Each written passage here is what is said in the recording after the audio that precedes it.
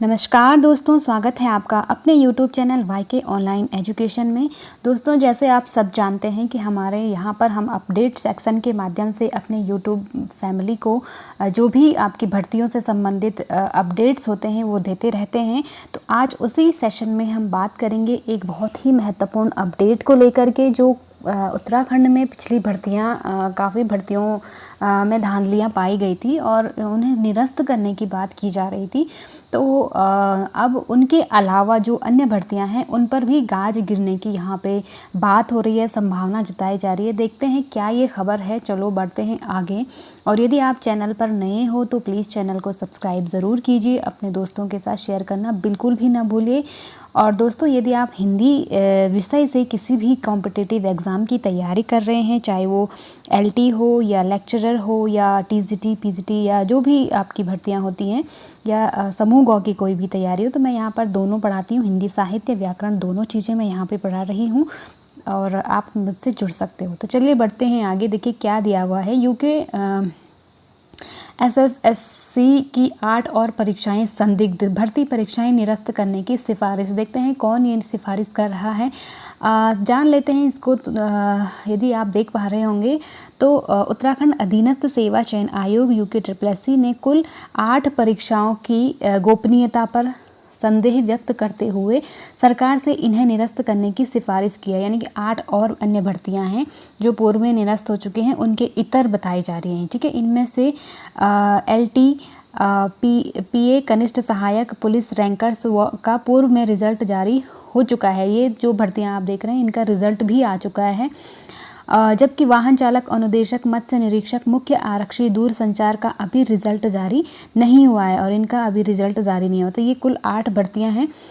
ये पूर्व में निरस्त की गई परीक्षाओं के अतिरिक्त हैं, मतलब जो पहले हो चुके हैं उनके बावजूद इनको कहा जा रहा है। ठीक है, आयोग के सचिव SS रावत की ओर से सचिव कार्मिक को भेजे गए पत्र में कहा गया है कि उक्त में से 7 परीक्षाओं में विवादित भर्ती एजेंसी RMS टेक्नो सॉल्यूशन की भूमिका रही है। जो पिछले दिनों में आपने जो भर्तियां निरस्त हुई हैं उनमें देखा होगा कि एक जो टेक्नो सॉल्यूशन थी उसकी भूमिका मानी जा रही थी, वो उसकी संलिप्तता पाई जा रही थी, तो जो कि गिरफ्तार भी हो चुका है।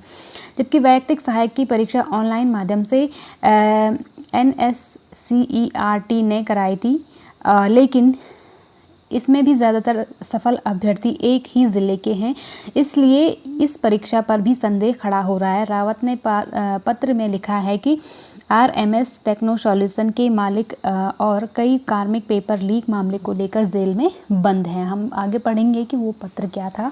इसलिए उक्त एजेंसी द्वारा कराई गई परीक्षा का परिणाम जारी करना हमेशा संदेह के घेरे में रहेगा।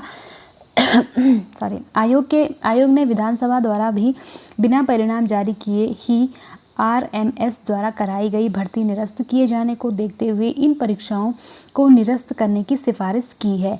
जांच की जिम्मेदारी शासन पर, आयोग ने कहा है। ध्यान से देखिएगा क्या कह रहे हैं। ठीक है, कि यदि फिर भी शासन परिणाम जारी करने का निर्णय लेता है तो इसके लिए सफल अभ्यर्थियों का पिछला एकेडमिक रिकॉर्ड देखना ज़रूरी होगा। ऐसी स्थिति में शासन स्तर से विशेषज्ञ जांच दल गठित किया जाना ज़रूरी होगा। आयोग के सचिव SS रावत ने पत्र लिखे जाने की पुष्टि की है। इन सभी परीक्षाओं को मिलाकर कुल पदों की संख्या 4000 से अधिक बैठ रही है। एक और ऑनलाइन परीक्षा पर सवाल। आयोग के पत्र में वैयक्तिक सहायक परीक्षा में भी धांधली के संकेत मिले हैं। वैयक्तिक सहायक की भी बात यहाँ पे हो रही है।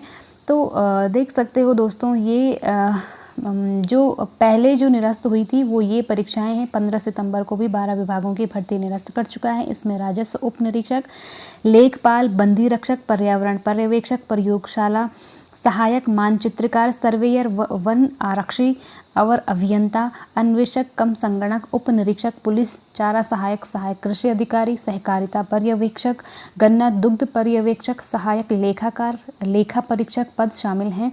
इन पदों के लिए मात्र आवेदन प्रक्रिया पूरी हुई थी। उक्त परीक्षाएं अब लोक सेवा आयोग करा रहा है। तो ये सारी भर्तियां अब जो हैं वहाँ से मतलब UKSSC से रद्द करा करके लोक सेवा आयोग को दी गई हैं। ये सब आप जानते हैं। और अभी जो भर्तियां हैं ये यहाँ पर 8 भर्तियां हैं जिन पर खतरा मंडरा रहा है। इनके जो परिणाम जारी हो चुके हैं, जैसे LT हो गया, वैयक्तिक सहायक हो गया, कनिष्ठ सहायक हो गया, पुलिस रैंकर्स हो गए, इनके तो रिजल्ट आ चुके हैं। लेकिन जिनका परिणाम अभी इंतज़ार है लोगों को, तो वाहन चालक है, अनुदेशक है, मत्स्य निरीक्षक है, मुख्य आरक्षी दूरसंचार। तो ये जो पद है ना, ऐसी शंका जताई जा रही है कि जो व्यक्ति, जो संस्था जो है पूर्व में कराए गए पेपरों में संलिप्त पाई गई, उनको, वो तो जेल में बंद है, अब उन्हीं के द्वारा इन परीक्षाओं को भी जो कंडक्ट करवाया गया था, उन्हीं के थ्रू से मतलब करवाया गया था। तो कहीं ना कहीं उन पर भी संदेह का ये सुई घूम रही है। तो वैसे दोस्तों बहुत ज़्यादा मात्रा में ये यहाँ पे मतलब पद हैं, और जैसे कि सरकार भी पिछले दिनों में कह चुकी है, क्योंकि जो वीडियो की भर्ती है ना, वो अभी तक निरस्त नहीं हुई है, ठीक। तो क्योंकि सबसे ज़्यादा तो सवाल इसी पर उठे थे, सबसे ज़्यादा सवालों के घेरे में यही परीक्षा थी। अब क्योंकि इसका रिज़ल्ट आ चुका था, वेरिफिकेशन भी हो चुका था, तो सेम वैसी चीज़ें यहाँ पर भी हैं। अब इनके बारे में, जिनका परिणाम जारी नहीं हुआ है, उनके बारे में तो मैं नहीं बता सकती, लेकिन जिनका परिणाम जारी हो चुका है, उन पर गाज गिरने की संभावना मुझे कम ही लगती है, क्योंकि बहुत बड़ा डिसीज़न होता है किसी भी परीक्षा को रद्द करना। और अगर ऐसा है तो पीडीओ की भर्ती भी निरस्त होनी चाहिए इस हिसाब से तो, लेकिन अभी तक वो नहीं हुए हैं। और हमारी सरकार भी कह चुकी है कि जो लोग मेहनत से पास हुए हैं उनका हित प्रभावित नहीं होगा। तो आप लोगों को बिल्कुल घबराने की कोई ज़रूरत नहीं है, और मुझे नहीं लगता है कि इस तरह से परीक्षाएँ रद्द हो पाएंगी। तो क्योंकि ये बहुत बड़ा डिसीज़न है अपने आप में। तो आप लोग बेफ़िक्र रहिए, और आप मुझे कमेंट करके ज़रूर बताइएगा कि आपकी क्या राय है, क्या आपको लगता है। क्योंकि अगर ऐसा है तो पिछले जब से उत्तराखंड बना है तब से धांधलियाँ हो रही हैं, तो सारी परीक्षाएं मुझे लगता है रद्द करनी चाहिए, क्योंकि ऑलमोस्ट सभी में धांधली हुई होगी कहीं ना कहीं। अगर जांच बैठाई जाए तो कुछ ना कुछ हर उसमें हमें नज़र आएंगे। तो ऐसा होना कम नज़र आ रहा है। तो आपको क्या लगता है, आप कमेंट करके ज़रूर बताइएगा। साथ ही जानते हैं दोस्तों कि LT जो कोर्ट केस है उसकी क्या अपडेट है। देखो, मैंने पिछले वीडियो में आपको बताया था, क्योंकि आयोग की साइट पे वो अपलोड नहीं हुआ था। तो देखो 24 सितंबर की जो सुनवाई हुई थी, उसमें उस दिन तो अपडेट नहीं हुआ था। अगले 3-4 दिन के लिए फिर कोर्ट बंद भी हो गया था दशहरे में। तो ये अभी जा कर के जो केस स्टेटस है, वो केस डिस्पोज्ड दिखा रहा है, यानी कि यहाँ पे सॉल्व आउट ऑलमोस्ट हो चुका है।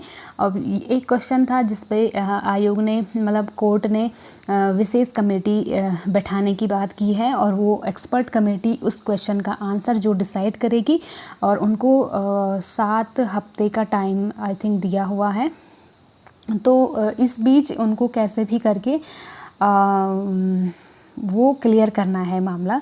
तो ये कमेटी डिसाइड करेगी कि उस क्वेश्चन का सही आंसर क्या होगा। उसके बाद जो भी आयोग का डिसीजन होगा उसके अनुसार आगे आपका रिज़ल्ट। तो मुझे नहीं लगता, कई लोग पूछ रहे थे कि क्या इस पर दोबारा से रिज़ल्ट जारी होगा, क्या दोबारा मेरिट लिस्ट बनेगी। तो मुझे इसमें चांसेस ना के बराबर लग रहे हैं, क्योंकि देखो कोर्ट ने अपना पल्ला साफ कर दिया है कि जो एक्सपर्ट कमेटी है उसको क्लेम नहीं कर सकते हैं। एक्सपर्ट कमेटी जो डिसीज़न देगी, मतलब कुल मिलाकर के उन्होंने एक्सपर्ट कमेटी और आयोग पर ये बात सौंपी है। तो आयोग अब अपने एक्सपर्ट वहाँ पे भेजेंगे, और क्योंकि आयोग के जो एक्सपर्ट हैं उन्होंने पहले से ही उस क्वेश्चन का आंसर जो माना है, वो अब भी मुझे लगता है कि चेंज नहीं करेंगे, उसी को आगे वो कंटिन्यू करेंगे, और फिर उसके बाद आपका जो है अगली प्रोसेस होगी।